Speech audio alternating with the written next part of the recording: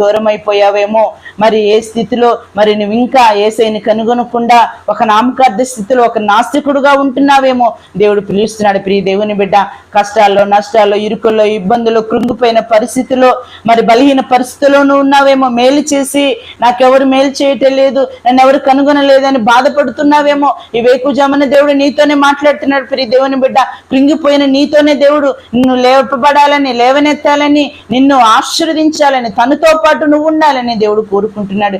ఎవరు కోరుకోరండి. తనతో భాగముగా, సమరూపముగా, సమానముగా ఉండటానికి ఎవరు ఇష్టపడరు. నీకంటే ఒక స్థితిలో నేను హెచ్చింపు జీవితాన్ని కలిగి ఉండాలని మనుషుల స్వభావం ఉంటది, కానీ దేవుడైతే తనతో పాటు ఉండాలని దేవుడు కోరుకుంటున్నాడు.